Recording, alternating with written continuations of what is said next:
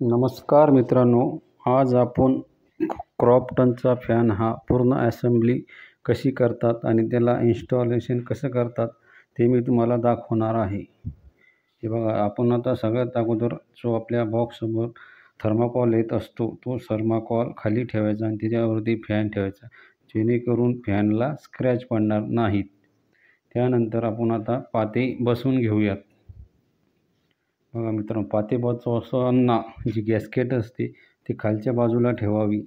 नंतर वरतून पाते ठेवून स्क्रू टाईट करावी, जेणेकरून ते पाते हे पातेला पकड बसले जाते आणि ते लूज नाही होत. बघा मित्रांनो, अशा प्रकारे मी आता पाते लावून घेतलेले आहेत. पाते लावल्यानंतर अगोदर आपण त्याला छोट्या स्क्रूड्रायव्हरने कसून घेऊयात. बघा मित्रांनो, आम्ही ते सगळे कसून घेतोय चारी बाजूने तिन्ही पात्यांना. तसेच मित्रांनो, तुम्ही जर माझ्या चॅनलवरती पहिल्यांदा वेळेस आले असाल तर चॅनलला नक्की सबस्क्राईब करा आणि लाईक करा, जेणेकरून तुम्हाला नवीन व्हिडिओ माझे बघायला भेटतील. चला तर मग आता आपण पाते टाईट करून घेऊया. तर मग आता मी टाईट केलेले आहे. याच्यानंतर आपण परत एकदा एक मोठा स्क्रूड्रायव्हर घेऊया, कारण की त्या स्क्रूड्रायव्हरनं पकड चांगली बसते आणि हे पाते चांगले टाईट होतील. चला, मी मोठा स्क्रूड्रायव्हर घेतो. हे बघा, मी मोठा स्क्रूड्रायव्हर घेतला आहे. आता आपण त्याने पात्यांना टाईट कसून घेऊया.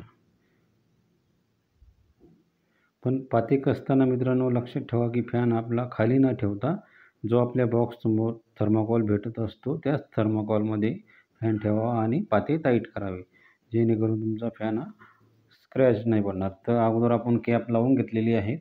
आता आपण त्याच्या केबली हे व्यवस्थितरित्या काढून घेऊया, जेणेकरून ते केबल कट नाही झाले पाहिजे.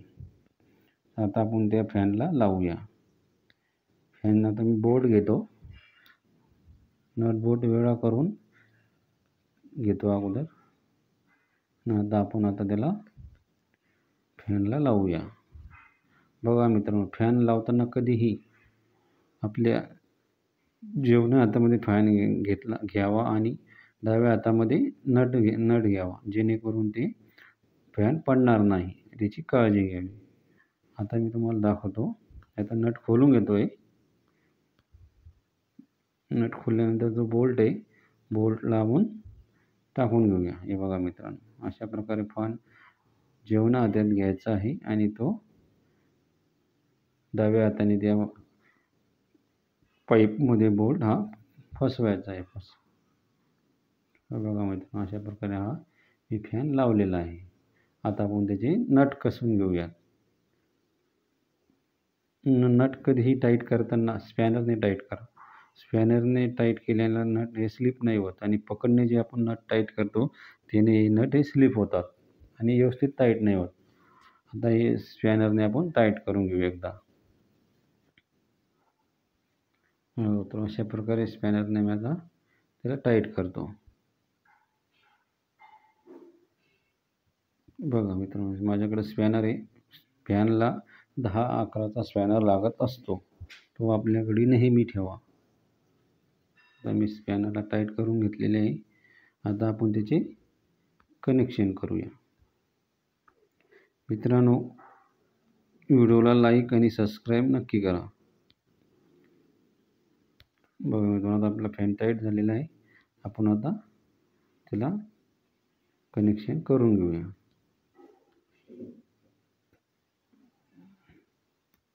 बघा मित्रांनो, अशा प्रकारे आता फॅन हा आपण बसवलेला आहे.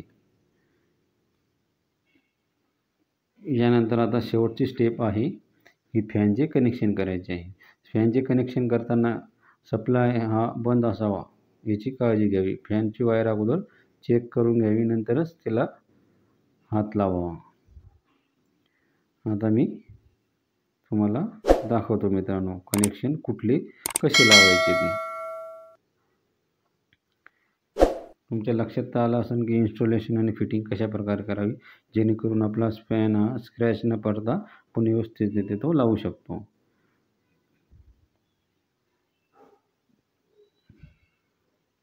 परत एकदा चेक करून घ्या की तुमचे नट बोल्ट हे हालत नाही आणि कॅपॅसिटर आता व्यवस्थित करून घ्या. ते टाईट करताना कॅपॅसिटर हे लूज होत असतं.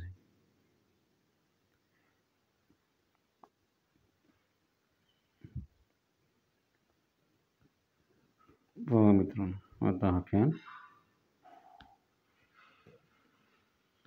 सोपी पद्धत आहे मित्रांनो फॅन लावण्याची. बघा मित्रांनो, मला किती वेळ लागला फॅन लावायला. आता आपण कनेक्शन करू. हे बघा मित्रांनो, ही फेसची वायर आहे. ती अगोदर टॉप साईडला आपली लाल वायर असते ती फेसची असते आणि ब्लॅक वायर आहे न्यूट्रल आहे. न्यूट्रल वायरची न्यूट्रलच्या ठिकाणी लावून घ्यावी. आता आपला फॅनची असेंबली कंप्लीट झाली.